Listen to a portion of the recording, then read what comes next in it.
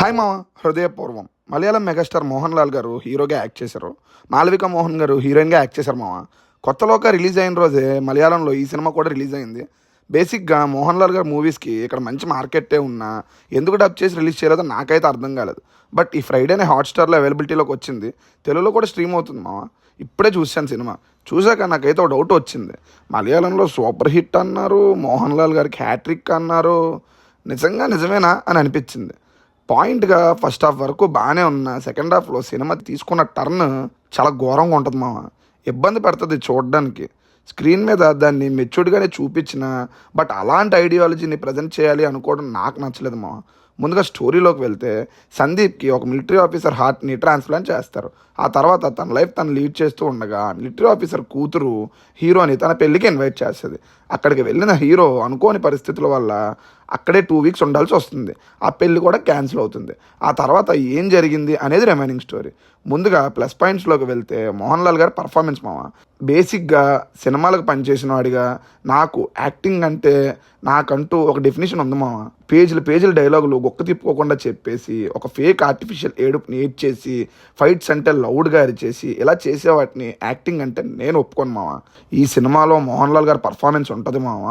ఏంట్రా అంత గొప్పగా పర్ఫామ్ చేశారా, అంత గొప్ప పర్ఫార్మెన్స్ ఉందా అని అంటే ప్రతి చిన్న షాట్లో డీటెయిల్స్ వదులుతారు మామ. మనకి పెళ్ళిలో జరిగిన ఒక ఇష్యూ వల్ల హీరోయిన్ ఇంట్లో ఉండాల్సి వచ్చినప్పుడు, ఆయనకి బ్యాక్ బోన్ ఇష్యూ బాధపడుతున్నప్పుడు ప్రతి సీన్లో మనకు తెలిసేలా మనం ఫీల్ అయ్యేలా ఆయన ఆ పెయిన్ని మనకు చూపిస్తూ ఉంటారు.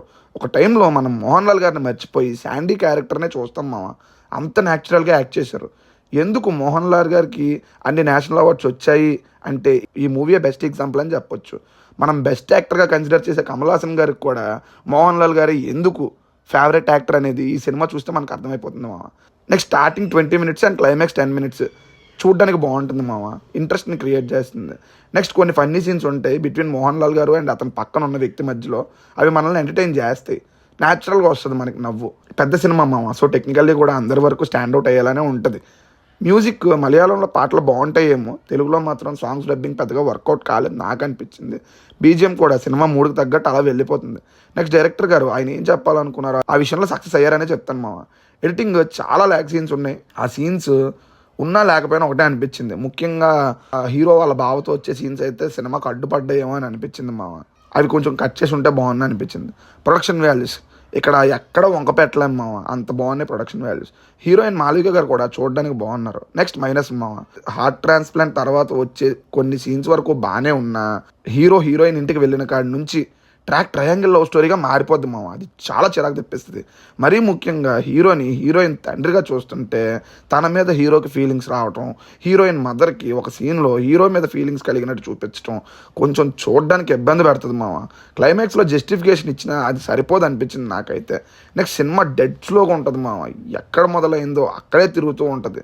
2.5 గంటల సినిమానే అయినా 3 గంటలు చూస్తున్న ఫీలింగ్ కలుగుతుంది. రీసెంట్గా ఇలాంటి కాన్సెప్ట్తోనే సుందరకాండ అనే సినిమా వచ్చింది. అదే నచ్చలేదని రివ్యూ ఇచ్చాను. నాకు ఇంచుమించు అదే టెంప్లెట్లో వచ్చిన ఈ సినిమా కూడా సెకండ్ హాఫ్ అస్సలు ఇంప్రెసివ్గా అనిపించలేదు మామ. బట్ కొన్ని చోట్ల ఆ కంటెంట్కి సంబంధం లేకుండా న్యాచురల్గా వచ్చే కామెడీ అయితే పండింది. అండ్ ఫ్యామిలీ మొత్తం కూర్చొని చూసేలా డైరెక్టర్ మూవీని ప్రజెంట్ చేసిన విధానం కూడా నచ్చింది. నాకైతే సినిమా చూస్తున్నంతసేపు మిక్స్డ్ ఒపీనియనే కలిగింది. మీ వరకు మలయాళంలో స్లోనెస్ ఉన్న ల్యాగ్ ఉన్న సినిమాలు నచ్చుతాయి అంటే సెకండ్ హాఫ్లో ఒక పావు గంట తప్ప సినిమా నచ్చొచ్చు. అంత స్లో సినిమాలు మా వల్ల కాదు అంటే స్కిప్ ఈజ్ బెటర్ ఆప్షన్ మామ. బట్ మోహన్ లాల్ గారి కోసం ఒక్కసారి మన ఫ్రీ టైంలో చూడాలి అనుకుంటే మాత్రం ఈ మూవీ చూడొచ్చు మామ. నెక్స్ట్ ఇంకో మంచి రివ్యూతో మళ్ళీ కలుద్దాం. బాయ్ మామ.